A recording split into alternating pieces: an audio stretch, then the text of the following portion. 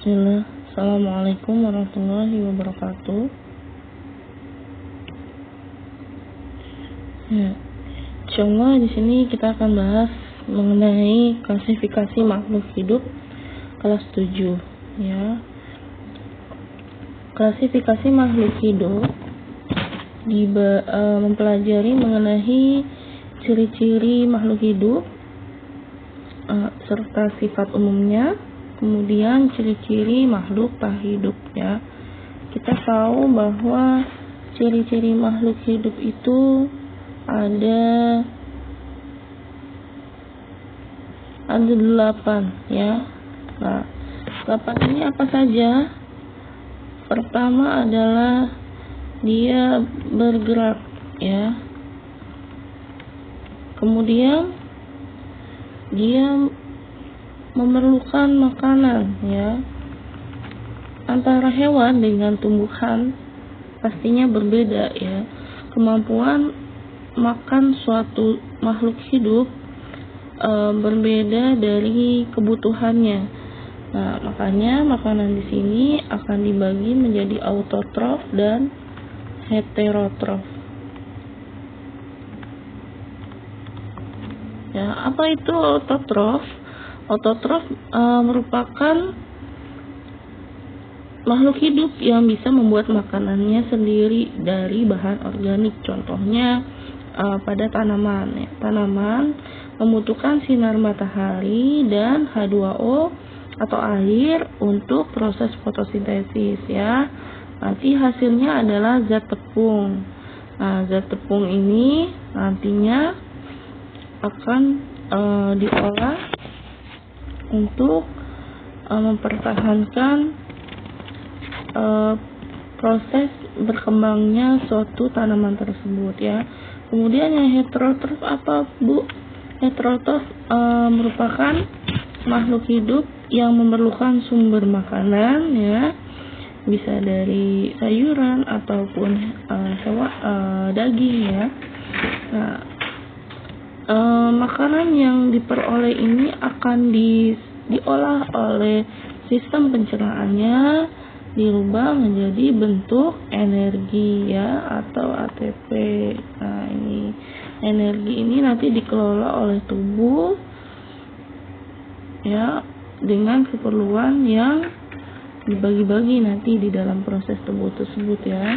Kemudian yang ketiga adalah rangsangan atau iritabilitas ya, iritabilitas. Nah, di iritabilitas ini ada yang terjadi pada ujung batang. Kemudian ada yang terjadi pada sebuah daun ya. Ujung batang maksudnya apa? Jadi dia si ujung batangnya ini mengarah ke pusat gravitasi, sedangkan daun biasanya seperti daun putri malu ya yang tersentuh sih. Enggak misalnya daun yang tertutup oleh sebuah benda akhirnya tidak dapat melakukan proses fotosintesis. Daun itu akan menjadi gelap. Kemudian selanjutnya adalah ciri keempat, bernapas atau respirasi ya. Nah, pernapasan ini berbeda-beda ya Nak. Ada yang menggunakan trakea ya. Trakea pada siapa? Pada belalang. Kemudian insang. Kemudian siapa lagi? Stomata dan lentisel ya. Kemudian apa lagi? Respirasi pada kulit ya. Jadi kalau penapasan trakea itu pada belalang, insang itu ikan ya, makhluk hidup yang ada di air, stomata atau lentisel itu tanaman, stomata yang ada di daun, lentisel yang ada di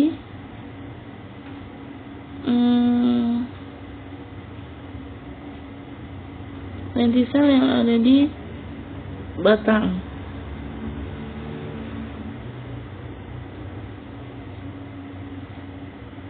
Sedangkan kulit adalah pernapasan yang ada di cacing, ya. Selanjutnya adalah tumbuh, ya. Jadi makhluk hidup itu pastinya bertumbuh, ya, dari kecil ke besar. Kemudian ciri yang selanjutnya adalah yang keenam, ekskresi. Ekskresi ini maksudnya adalah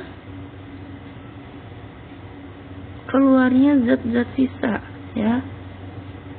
Misalnya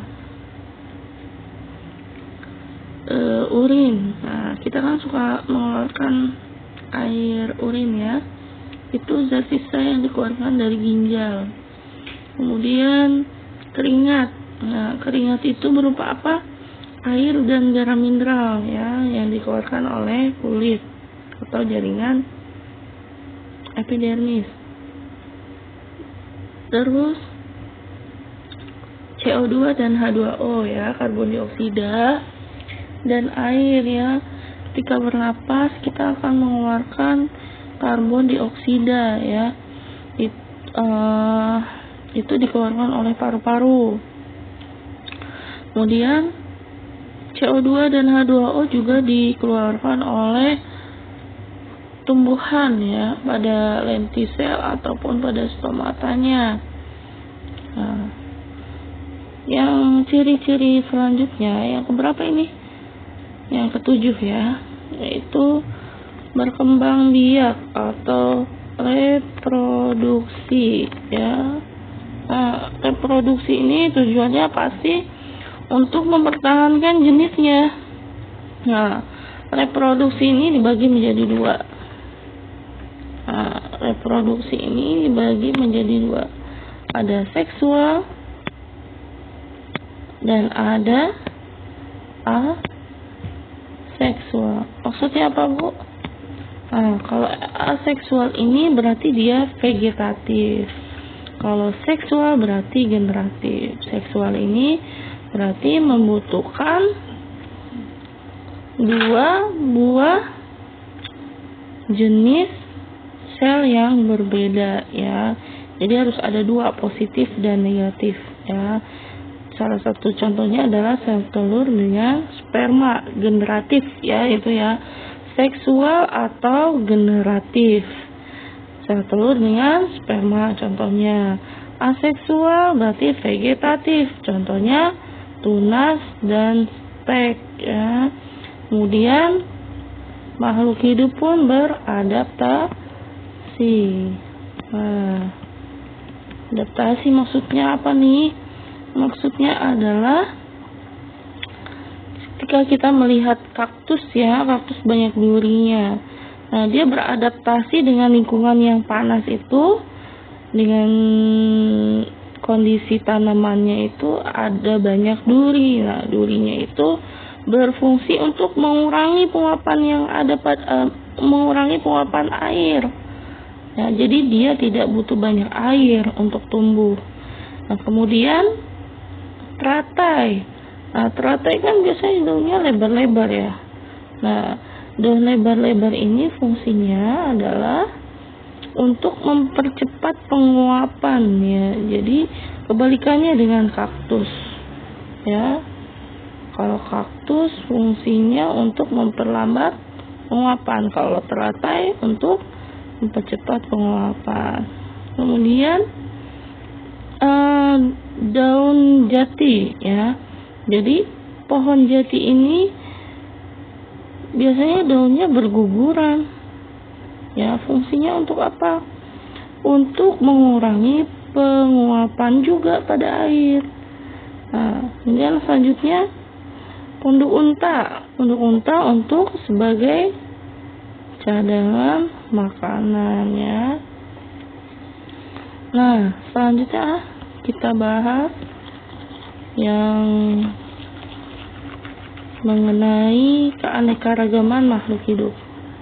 Nah, dalam keanekaragaman makhluk hidup ini yang harus kita perhatikan adalah klasifikasinya ya. Klasifikasi makhluk hidup.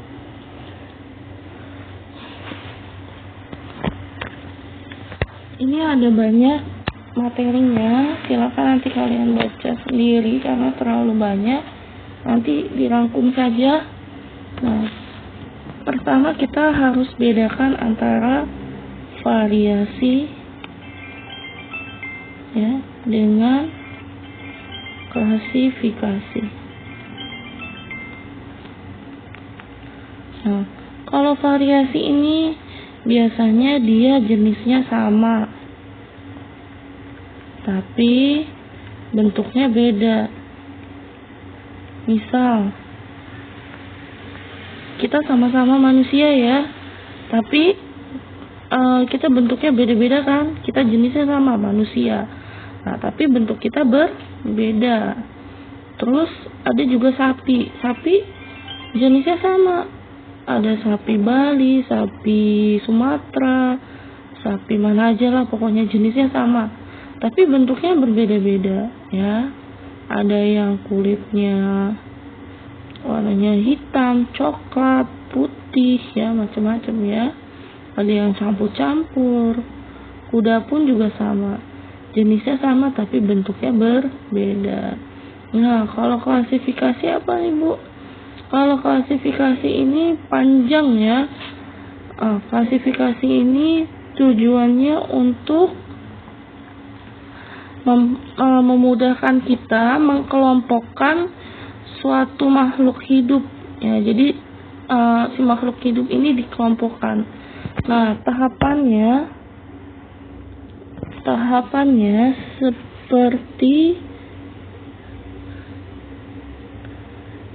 seperti ini ya. Kita harus menentukan anatominya. Anatomi itu berarti bentuknya, terus fisiologi, cara sifat fisiknya, terus morfologinya ya. Kita tentukan dulu nih morfologi. Terus tingkah laku yang terakhir, tingkah laku ya. Saking bagusnya nih tulisan Ibu. Jadi klasifikasi itu, sebelum kita mengklasifikasi suatu makhluk hidup, kita tentukan dulu dia anatominya apa ya. Jadi di tubuhnya dia itu bersel 1 atau bersel 2. Terus fisiologi, sifat fisiknya kayak gimana ya. Terus morfologi, terus tingkah lakunya bagaimana. Tingkah lakunya itu kita ambil satu ya. Kita ambil satu tentang kingdom Protista. Nah, Protista itu contoh satu ya, Protista. Protista bagaimana nak? Protista itu punya membran inti kan? Jadi dia punya membran inti. Terus selnya tunggal.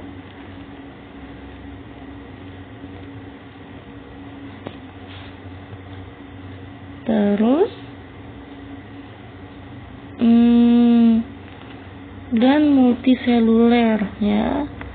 Terakhir adalah multiseluler. Nah, berarti klasifikasinya, anatominya dia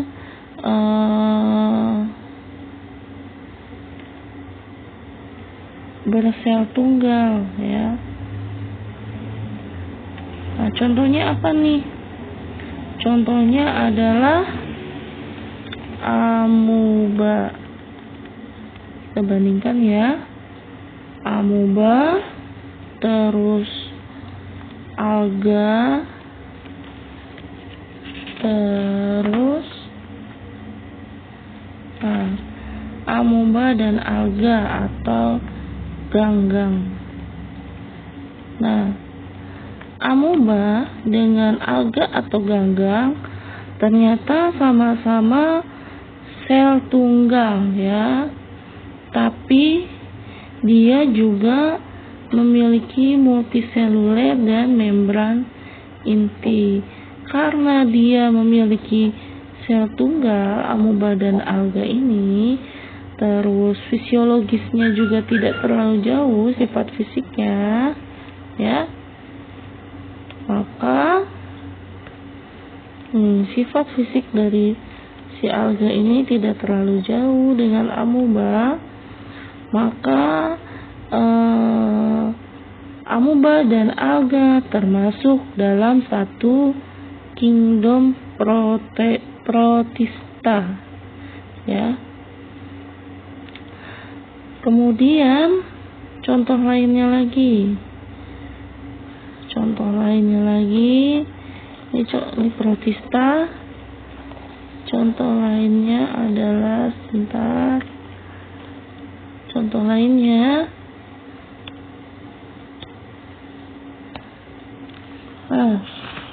lainnya adalah kingdom Plantae ya. Plantae.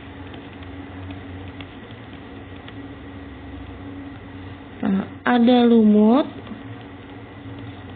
ada tumbuhan paku ya, ada tumbuhan biji,